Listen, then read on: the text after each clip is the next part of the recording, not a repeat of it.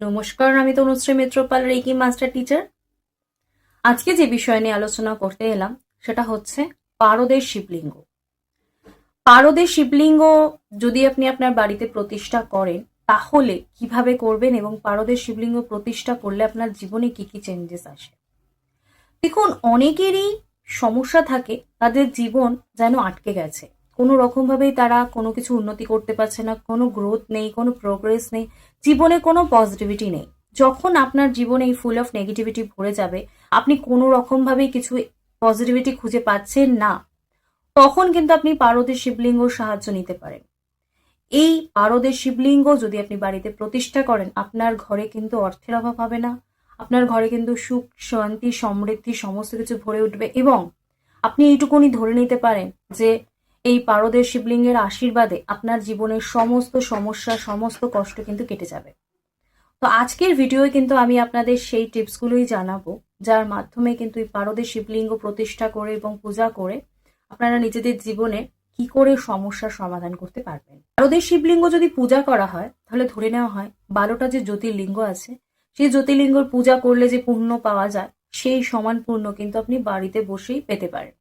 তার সাথে সাথে যাদের ধরুন কালসর্প দোষ রয়েছে, সাড়ে সাতি রয়েছে, মাঙ্গলিক দোষ রয়েছে, বিভিন্ন নেগেটিভ রেজাল্ট তাদের ছকে রয়েছে, তারাও কিন্তু এই মাঙ্গলিক দোষ, কালসর্প দোষ, সাড়ে সাতি সমস্ত কিছুর যে নেগেটিভ প্রভাব থেকে কিন্তু বেরিয়ে আসতে পারবেন এই পারদের শিবলিঙ্গ পূজা করলে।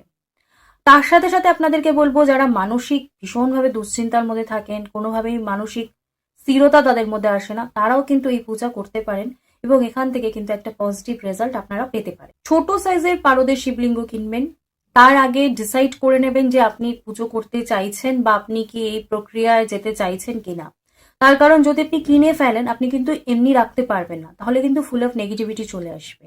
তো আগে ডিসাইড করে নেবেন যে আপনি এই স্টেপটি করতে চাইছেন বা করতে পারবেন কিনা, তারপরে কিনবেন। যদি মনে করেন করতে পারবেন, তবে একটা ছোট সাইজের পারদের শিবলিঙ্গ কিনে নিয়ে আসবেন। এই পারদের শিবলিঙ্গ অবশ্য করে কোনো ঠাকুর মশাইকে দিয়ে প্রতিষ্ঠা করিয়ে নেবেন।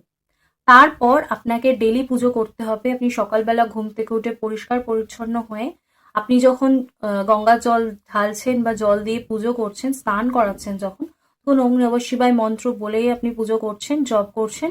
তার সাথে সাথে বেলপাতা এবং সাদা ফুল দিয়ে কিন্তু পুজো করতে হবে। আর ডেলি করতে হবে, আর মাথায় রাখতে হবে যখন আপনি পুজো করছেন বা সারা দিন যেন ওই মন্দির বা যেখানে আপনি মন্দিরে স্থাপন করছেন বা যদি আপনার মন্দির না থাকে আপনি বাড়ির যেখানেই ঠাকুর প্রতিষ্ঠা করছেন, পুজো করছেন, সেই জায়গাটা যেন অল টাইম পরিষ্কার পরিচ্ছন্ন থাকে, সেটাও কিন্তু আপনাকে মাথায় রাখতে হবে। আপনি পুজো করছেন তখন জল বা দুধ দিয়ে যখন আপনি অভিষেক করাচ্ছেন, তখন আপনি মহামৃত্যুঞ্জয় মন্ত্র জপ করতে পারেন বা আমার যে মহামৃত্যুঞ্জয় মন্ত্র রয়েছে সেটার লিঙ্ক আমি ডেসক্রিপশন বক্সে দিয়ে রাখবো, সেই মন্ত্রটা চালিয়েও কিন্তু আপনি পূজাটা করতে পারেন। এবার আপনি পূজা করার পর যখন আপনি আরতি করছেন, তখন আরতির ক্ষেত্রে বলবো আপনি অবশ্য করেই ক্লকওয়াইজ আরতিটা করবেন, অ্যান্টি ক্লকওয়াইজ আরতি করবেন না।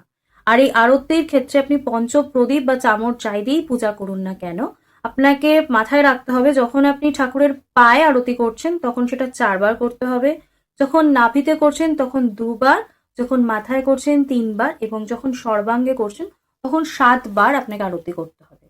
এই নিয়ম মেনে যদি আপনি পূজা করেন এবং আপনি যদি পারদের শিবলিঙ্গ প্রতিষ্ঠা করেন, তাহলে আপনি ধরে নিতে পারেন আপনার জীবনে যত নেগেটিভিটি ছিল সমস্ত কিছু কেটে যাবে এবং আপনি কিন্তু একটা সুন্দর ভাগ্যকে আপনি এই ক্রিয়ার মাধ্যমে কিন্তু আপনি আপনার জীবনে আনতে পারবেন। তাই অবশ্য করেই যারা অনেক ভাবছেন কিছুতেই কিছু করতে পারছেন না, তাদেরকে বলবো আপনারা এই উপায়টা অবশ্য করে করুন এবং দেখুন নিজের ভাগ্য কিভাবে আপনি চেঞ্জ করতে পারবেন এই ছোট ছোট টিপসের মাধ্যমে। তো আজকে আমার আলোচনা এখানে শেষ করলাম। সকলে সুস্থ থাকবেন, ভালো থাকবেন। নমস্কার।